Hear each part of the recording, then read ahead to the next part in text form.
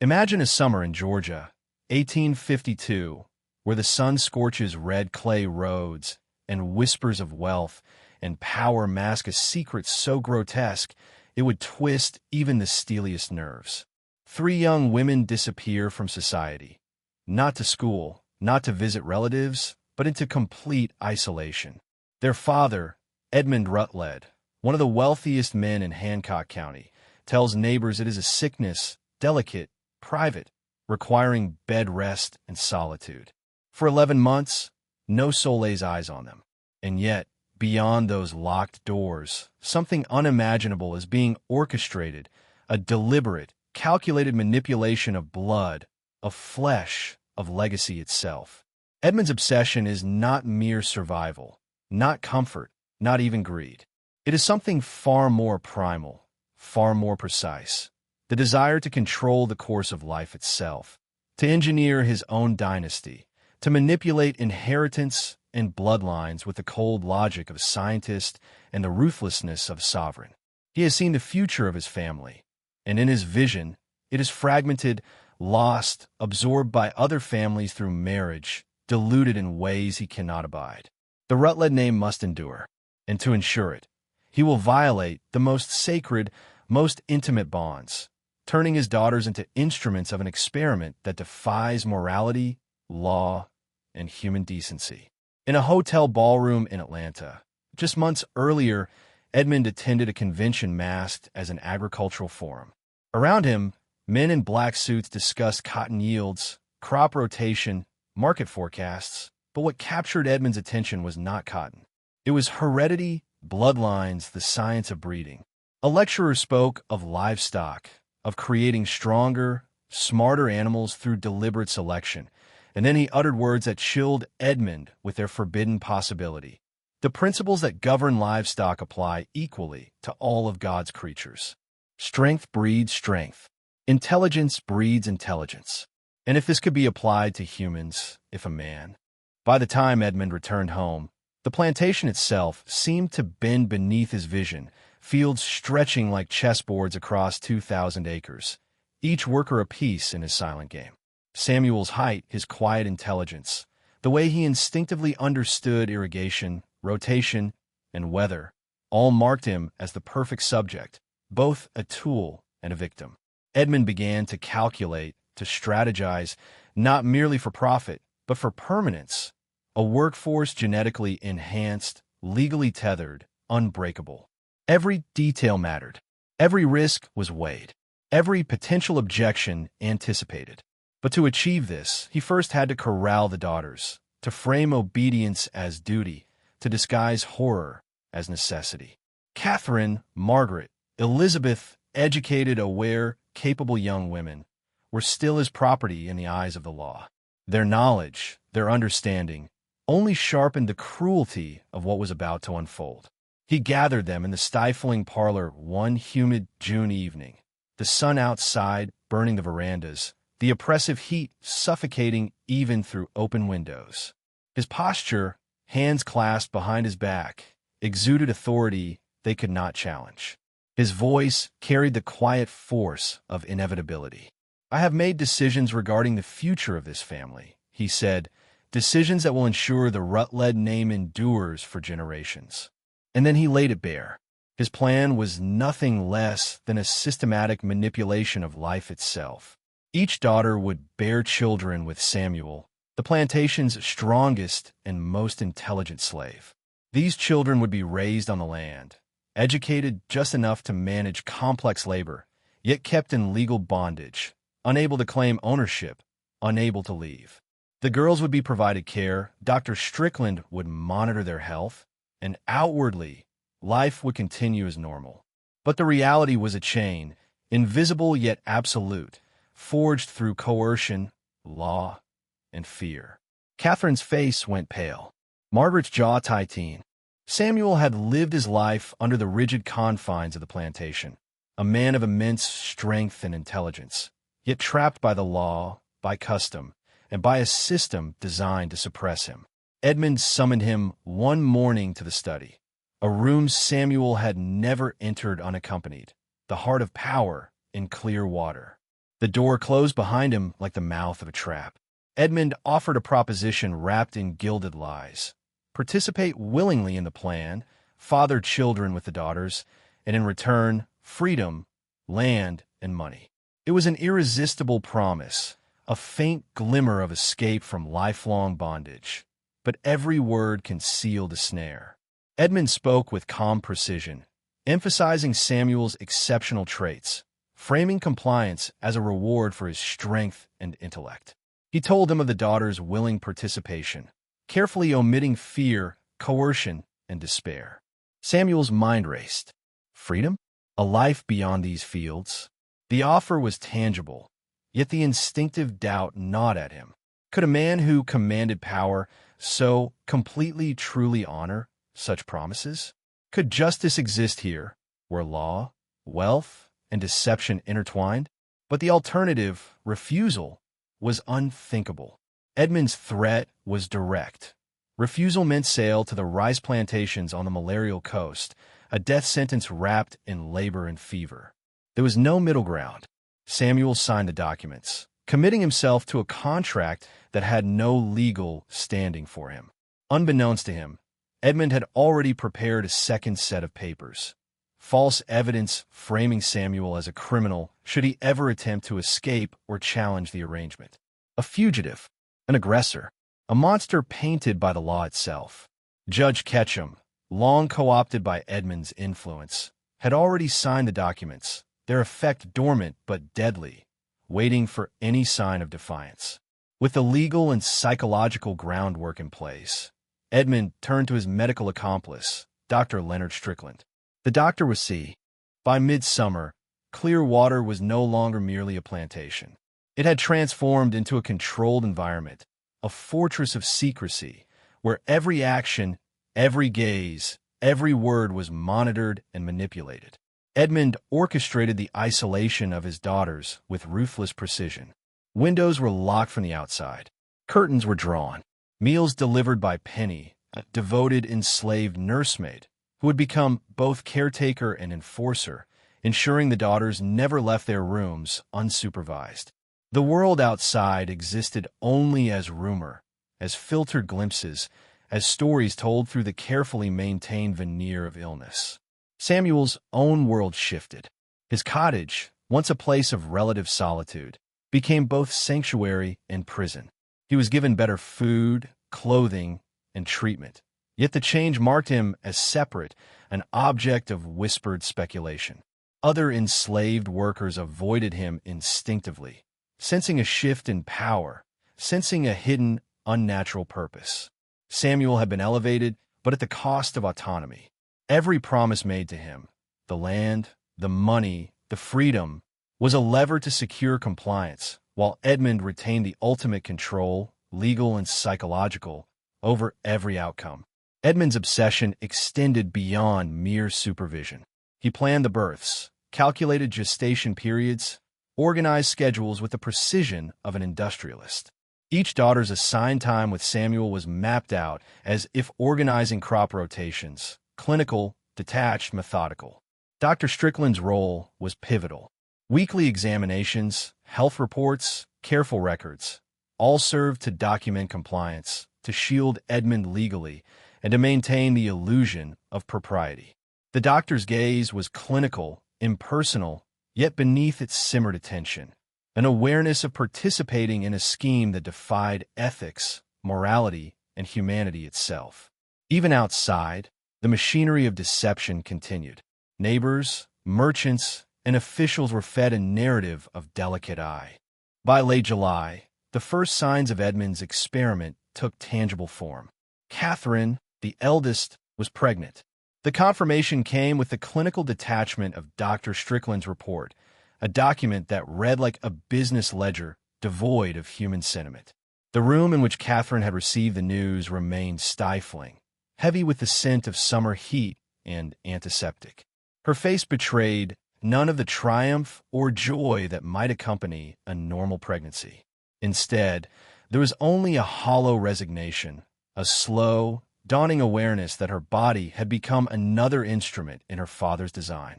Margaret and Elizabeth followed, each assigned their precise dates. Each encounter with Samuel a calculated intersection of biology and power. The psychological toll on the daughters was immense, yet was largely invisible to the world outside. Edmund's genius lay not only in manipulation, but in the creation of plausible narratives. To neighbors and casual observers, the daughters were ill, secluded for their own protection. To Samuel, their lives intersected with his enforced intimacy, a mixture of coercion and incentive that left him unsettled, aware of the impossibility of his position, yet bound by hope, fear, and survival instinct. Isolation deepened. The daughters' rooms became prisons as much as nurseries. Locks on the outside, overseers stationed, careful routines designed to prevent observation. Every measure was a reinforcement of control. Dr. Strickland's weekly visits were a chilling mixture of medical oversight and silent complicity. He recorded data, monitored health, and verified compliance, turning human life into an experiment, a series of checkboxes on paper. Every record fortified Edmund's legal and moral defenses, ensuring that the plantation's darkest secret remained hidden behind layers of law, science, and obedience. Samuel's world became a psychological battlefield. Promises of freedom, land, and money pulled him toward compliance, yet ends 10. Edmund's mastery of control extended beyond the walls of Clearwater. It seeped into the very institutions designed to uphold justice. Law, in his hands, was not a safeguard but a weapon, a framework to enforce obedience, to neutralize dissent, and to legitimize atrocities. Judge Ketchum, indebted and pliable, became an extension of Edmund's will. Together, they drafted documents, legal contingencies, false narratives, and post-dated contracts, all engineered to protect the experiment from exposure. Samuel could be branded a criminal, a fugitive, a violent aggressor at a moment's notice, with Ketchum's signature sealing the deception. The law, theoretically impartial, became a cage built of paper and ink. Social perception, too, was meticulously engineered.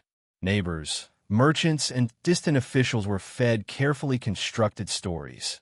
Illness, privacy, delicate conditions. Edmund's reputation as a wealthy, rational, respected planter insulated him from suspicion. Even those with glimpses of irregularity hesitated, deterred by fear of social repercussions or the unassailable weight of status. The master of Clearwater understood instinctively that corruption is most effective when invisible, and power most absolute when reinforced by appearances. The psychological manipulation of his daughters intertwined seamlessly with this legal and social architecture. Their obedience was secured through fear of destitution, defamation, and institutionalized punishment. Each was reminded that refusal meant loss of inheritance, exile, or institutionalization in the state asylum at Milledgeville. Edmund framed his commands as preservation of family legacy, but the subtext was unmistakable. Power overrides morality, authority overrides choice, and survival is contingent on compliance. Even the instruments of medicine were enlisted. Dr. Strickland's records, ostensibly scientific, became tools of deception. Every examination, every observation, every note reinforced Edmund's PLA. By August, the isolation of Clearwater had become absolute. The daughters' lives were reduced to cycles of observation, sustenance, and monitored interaction. Catherine, Margaret, and Elizabeth were trapped in rooms that had once been spaces of education and leisure, now transformed into sites of enforced compliance. Locks on windows, the constant presence of Penny, and the occasional intrusion of Dr. Strickland created an environment where freedom was an abstract concept, a memory fading with each passing day. The walls themselves seemed to absorb their despair, echoing silently with the tension, fear, and resignation that permeated the house. Samuel, meanwhile, lived in a strange liminal state. His body was free from the immediate oppression of field labor, yet every action was calculated, every movement a negotiation with survival. The promise of land, money, and freedom dangled before him like a spectral reward. Yet the mechanics of Edmund's plan were invisible, a trap disguised as opportunity. Each encounter with the daughters carried the weight of coercion, expectation, and unnatural obligation. The psychological strain was immense. Samuel's mind became a battlefield between hope and suspicion, compliance and rebellion, loyalty and instinctual resistance. Edmund monitored the unfolding reality with cold precision. He recorded dates, tracked changes, and documented every nuance of behavior. Each detail fed into a broader schema, a dynamic map of control that ensured no deviation could threaten the experiment. Even minor acts of resistance, a sharp glance, a whispered objection, a hesitated step, were logged and addressed, recalibrating the environment to reinforce obedience. The daughters' emotions were not ignored but strategically managed, their fear harnessed as an instrument to guarantee cooperation. The social world outside remained unaware, yet began to sense anomalies. Merchants whispered about unusual deliveries. Neighbors commented on the daughters. September arrived with a quiet, deceptive normalcy. The fields were harvested, the smoke of controlled burns rising into a pale autumn sky, masking the darker currents swirling inside clear water. The first signs of Edmund's experiment reaching fruition appeared. Catherine gave birth. The child, healthy and strong, became both proof of the master plan and the first living embodiment of Edmund's calculated ambition. Nurses and attendants, carefully selected, managed every aspect of delivery and care. The world outside remained oblivious. To the neighbors, it was simply a family managing private matters. To Edmund, it was the culmination of years of observation, calculation, and manipulation. The child's presence introduced new layers of control. Each feeding, each nap, each developmental milestone was documented in Strickland's ledger, not for affection, but for data. The infant was an asset, a living metric in the master's experiment, its growth a reflection of the precise intersection between genetics, environment, and coercion. Edmund recorded every detail in his hidden journal: weight, height, health, behavior, and even temperament. The daughters were both witnesses and participants, their maternal roles constrained by fear and obligation. They were not mothers in the conventional sense. They were caretakers of an extension of Edmund's vision. Samuel observed the newborn with a complex mixture of awe, fear, and disbelief. The child represented his own life, manipulated and bound into the plantation's machinery. Freedom and land, the promised rewards, remained intangible, conditional upon a compliance that demanded both psychological and physical submission. He could see, with growing clarity, the magnitude of Edmund's planning. Contingencies, legal protections, and coercive structures all working seamlessly to guarantee obedience. Yet cracks began to appear. The daughters, once silent in their acquiescence, showed subtle signs of psychological resistance. Averted. With the birth of the first child, Edmund's experiment entered its next, more precise phase. The program became a rigid schedule, a rotation of control and production, executed with clinical exactness. Catherine, Margaret, and Elizabeth were cycled through Edmund's design with an efficiency that treated their bodies as instruments rather than beings. Each pregnancy, each monitoring session, each documented milestone was meticulously timed to maximize the desired outcome. Children of intelligence, strength, and obedience who would remain tethered to the plantation. Samuel's life had become a study in enforced compliance. He lived in a constant liminality, neither fully enslaved nor truly free. Each instruction, each movement, each night spent with the daughters was framed as a step toward promised freedom and land, yet each step was also a thread in a trap designed to ensure he could never escape. Edmund had anticipated doubt, hesitation, and resistance. His legal contingencies ensured that Samuel's loyalty could always be coerced with the specter of death, criminalization, or exile to disease-ridden plantations. Freedom was a carrot forever dangled before his eyes, but the chain was already in place. The daughter's psychological landscape became more complex. Fear had given way to a grim pragmatism. They learned to navigate their father's control with silent compliance, managing Samuel's cooperation while maintaining appearances to the outside world. The isolation, surveillance, and subtle threats had fractured their autonomy, reshaping them into instruments of the master plan. Moments of rebellion, anger, tears, questioning were swiftly subdued by reminders of legal, social, and familial consequences. Edmund had created an environment where compliance was survival and resistance was annihilation. Externally, the facade remained intact. Neighbors, merchants, and county officials saw only a wealthy, orderly plantation navigating the seasons. Dr. Strickland's Medica. By October, the psychological weight of clear water pressed on everyone within its walls. Edmund, once confident in the perfection of his design, began to sense the precariousness of control. Each child born represented both success and risk, a living proof of his ambition and a potential point of exposure. He monitored the daughters with a meticulous eye, cataloging their emotions, reactions, and minor deviations from expected behavior. Every sigh, every hesitation, every tear was a data point, evidence that the human element could never be fully predicted, never fully contained. The daughters existed in a twilight of fear and reluctant adaptation.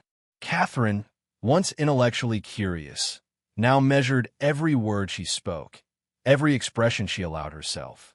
Margaret's sharp mind, previously a source of pride, was channeled into navigating Edmund's expectations, strategizing compliance to avoid the threats of mental incompetency or social exile he had wielded like a weapon.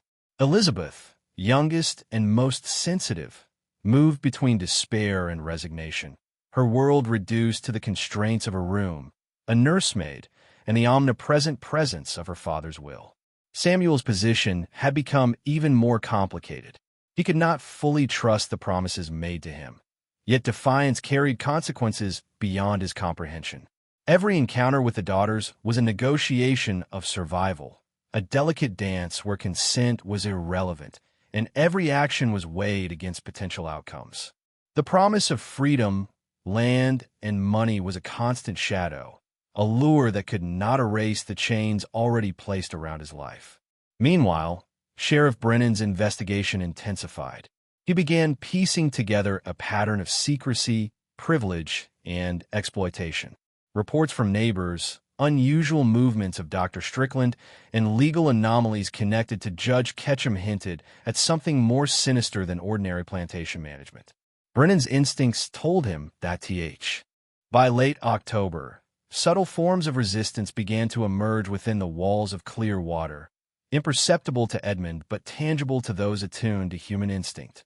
The daughters, while outwardly compliant, found small ways to assert agency. Catherine lingered over letters she wrote in secret, letters never sent, documenting her despair and dissent. Margaret began memorizing details of the plantation ledger, the overseer rotations, and even Strickland's routines, not to report, but to preserve knowledge for some imagined future where control could be challenged. Elizabeth, quieter than the others, whispered prayers into the darkness, a silent rebellion that nurtured her inner self amidst the enforced submission. Samuel's awareness of the manipulation deepened. Though outwardly following Edmund's instructions, he began observing patterns, the timing of visits, the medical examinations, the forced interactions with the daughters. He recognized the legal traps, the promises engineered to control him, and the delicate social pressures keeping everyone compliant. In his silence, a plan began to take shape. Not an immediate escape, but a careful, patient strategy to survive while preserving his autonomy in any small measure. The human spirit, even caged, searches for cracks. Edmund, consumed with oversight, remained blind to these quiet acts. His focus was entirely on metrics, offspring health, intelligence, obedience. Every deviation from the plan triggered intense scrutiny. The daughters were instructed on minutiae, sleep schedules, diet, conversations, comportment with servants. Strickland recorded everything, a mechanical hand in a living experiment. Edmund's obsession with control extended to the very atmosphere of the rooms, the placement of furniture, the timing of light, even the temperature to influence mood and behavior. Meanwhile, Sheriff Brennan's investigation was nearing a tipping point. He had compiled enough fragmented data to suspect that Clearwater was. By early November, the second child was born. The timing was exact, calculated to fit Edmund's meticulous schedule. Dr. Strickland oversaw the delivery with clinical detachment, recording every measurement, every pulse, every detail that fed into Edmund's growing archive of data. The child was healthy, strong, and, in Edmund's eyes, a perfect product of his genetic and social engineering. The nursemaids whispered in awe and fear, recognizing the unnatural precision of their master's designs, yet daring not to speak openly. Edmund's obsession deepened. With each successful birth, he tightened his psychological grip on everyone involved. He began employing subtle manipulations, rewards of comfort for compliance, veiled threats of ruin for dissent, the promise of inheritance or freedom dangling as both carrot and leash. The daughters, now fully immersed in the system, were simultaneously agents and prisoners. They maintained appearances, performed their duties, and endured the physical and emotional toll. Yet a quiet fracture had begun. They whispered, exchanged glances, and carried private histories of despair that Edmund could not monitor completely. Samuel, too, had grown more cautious. He understood the mechanics of Edmund's control, the combination of legality, fear, and subtle coercion. The promises of land and freedom remained, but he now realized that they existed primarily as instruments of manipulation. Each child born increased his entanglement, chaining him more tightly to the system. Yet within him, a sense of agency flickered, a cautious recognition that survival required intelligence, patience, and a subtle, invisible resistance. The man who had once trusted the master's words now measured every interaction, every gesture, every document with suspicion. Sheriff Brennan's investigation had reached a dangerous closeness. By November, he had mapped the flow of communication between Edmund, Strickland, and Judge Ketchum, noting their precision and secrecy. By mid-November, the final stage of Edmund's plan was unfolding. Elizabeth's pregnancy, the youngest daughter, had reached full term under the same rigid oversight as her sisters. The room she occupied was fortified with locks and a carefully monitored staff, each nursemaid trained to enforce compliance while simultaneously appearing nurturing. Every step was calculated, every interaction choreographed. Edmund's obsession with control had reached a fever pitch. He was no longer merely a father or planter. He had become a conductor of a living experiment, orchestrating human lives as one would instruments in a symphony. The tension inside Clearwater had become suffocating. The daughters, each bearing the weight of the master's will, had internalized fear and compliance as survival strategies. Catherine and Margaret had developed subtle systems of communication.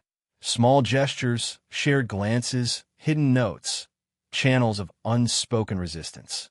Elizabeth, still raw in her youth, clung to these silent networks, finding fragments of strength in the solidarity of her sisters. They were prisoners, yes, but also witnesses. Their experiences were seared into memory, forming an unrecorded chronicle of trauma and resilience that Edmund could not touch. Samuel's perception of the situation had evolved into a careful strategy of endurance. He observed, he measured, he calculated.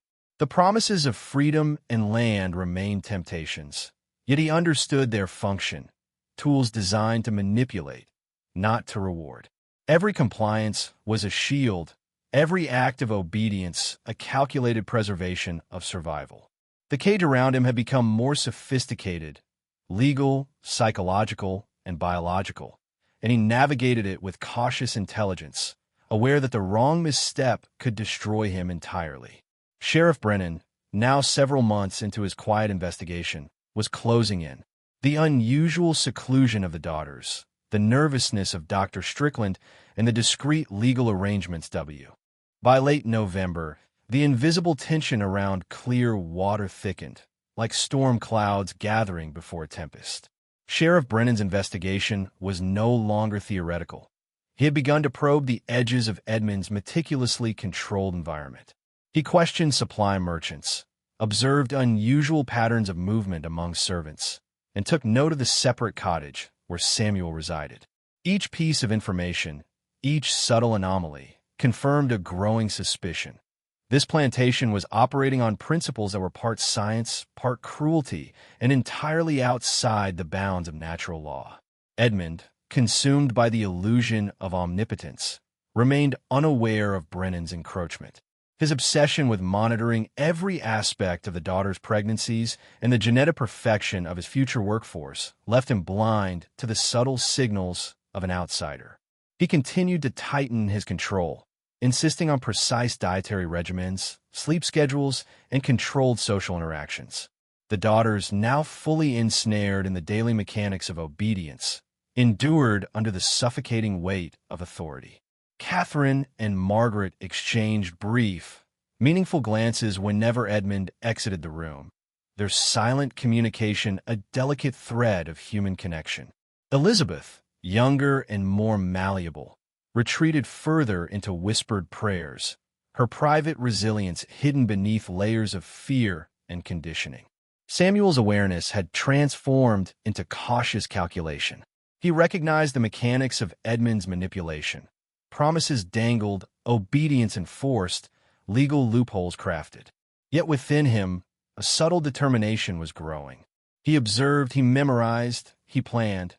Not rebellion in the immediate sense, but preparation. In his mind, he charted contingencies, evaluating what steps might preserve his autonomy, what knowledge could be leveraged if circumstances shifted. Even under coercion, even under the constant threat of destruction, the human mind. December arrived, and the long shadows of winter seemed to echo the darkness that had settled over Clearwater. Sheriff Brennan, armed with months of observation and careful records, decided it was time to test the system. He had not yet confronted Edmund directly, but he had learned enough to anticipate the plantation's defenses, the manipulation, and the layers of secrecy.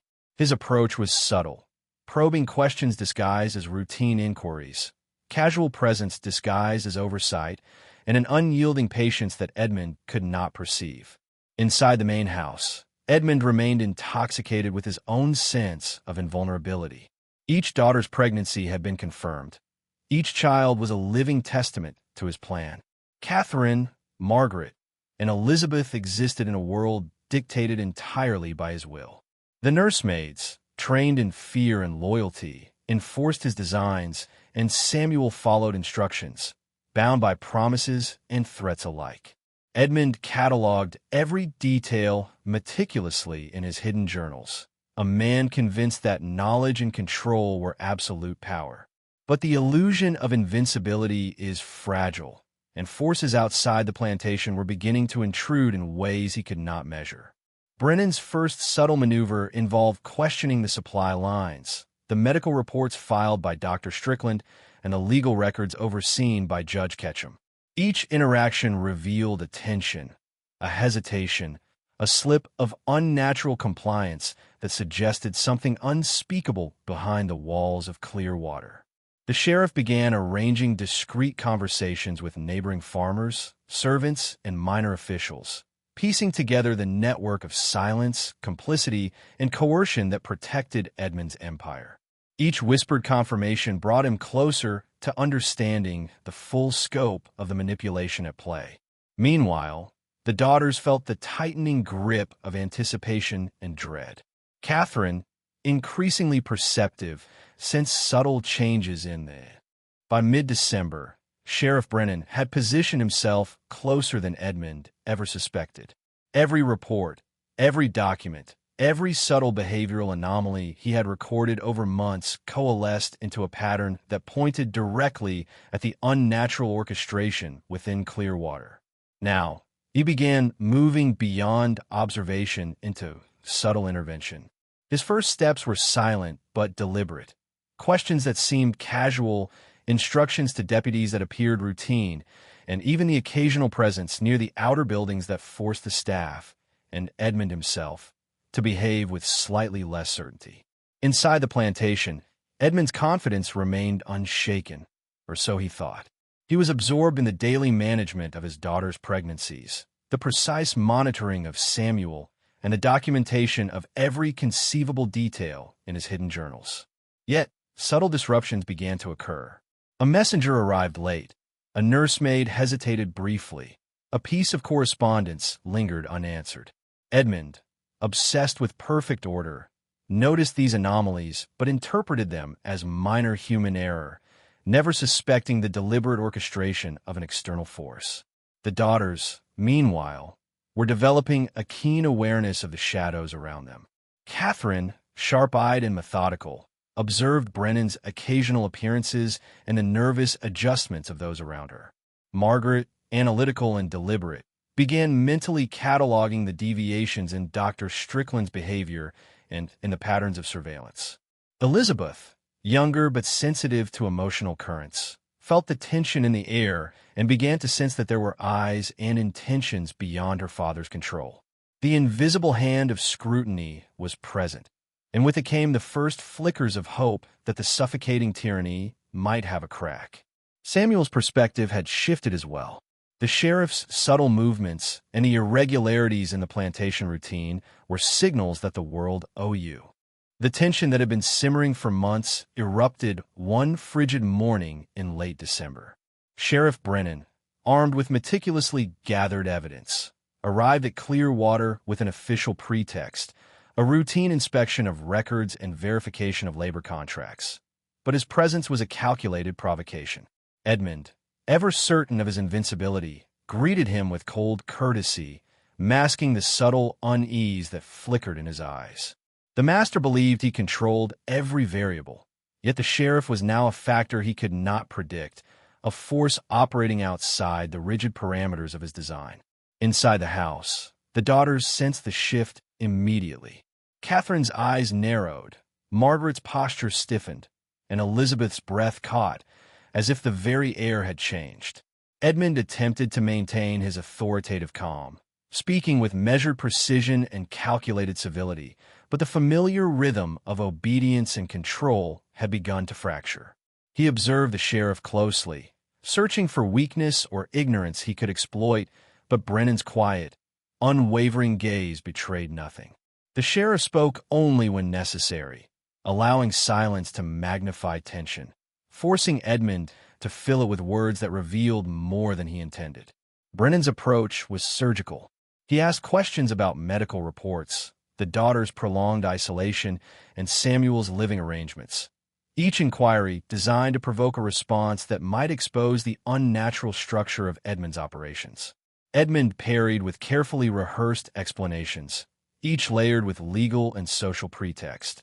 Yet each answer carried the weight of subtle overcompensation, a signal to the observant that something had been concealed. Samuel's name, invoked in passing, was a test. The master's reaction, measured and tense, confirmed Brennan's suspicions. Outside, subtle signals between deputies, quiet observations of unusual movements, and the careful monitoring of routine activities. The final act began quietly, almost imperceptibly, in the early weeks of 1853. Sheriff Brennan, armed with months of documentation, testimony, and careful observation, moved decisively. The cracks he had nurtured, the inconsistencies he had observed, now converged into undeniable proof of what Edmund Rutledge had orchestrated. The master, once untouchable, found himself surrounded not by compliance, but by the creeping inevitability of exposure. His control over Clearwater, over his daughters, over Samuel, over every layer of his meticulously constructed dynasty, was unraveling before his eyes. The daughters, no longer entirely powerless, began to grasp the enormity of the forces aligned against their father. Catherine's intellect, Margaret's analytical precision, and Elizabeth's emotional awareness combined with Brennan's intervention to create a pressure the master could no longer contain. Samuel, who had endured the cruelty of calculated deception, now sensed a pathway to agency, a rare glimpse of freedom opening through the cracks of Edmund's empire. Each participant in this dark experiment, victim and enforcer alike, was now part of a shifting balance of power, the equilibrium that Edmund had assumed permanent collapsing irrevocably. Legal scrutiny, once a distant abstraction, became immediate and suffocating. Judge Ketchum's assurances and Dr. Strickland's complicity could not withstand the coordinated investigation that Brennan executed. The documentation of coercion, of forced participation, of the systematic manipulation of life itself was undeniable. Edmund, facing the weight of reality, first sought to negotiate, then to deny, and finally to manipulate, but the machinery he had built to protect himself proved fragile against scrutiny. The network of silence he had relied upon, servants, medical professionals, legal authorities, was fracturing. Allies faltered under the pressure of exposure. As the truth surfaced, the horrifying dimensions of Edmund's Design B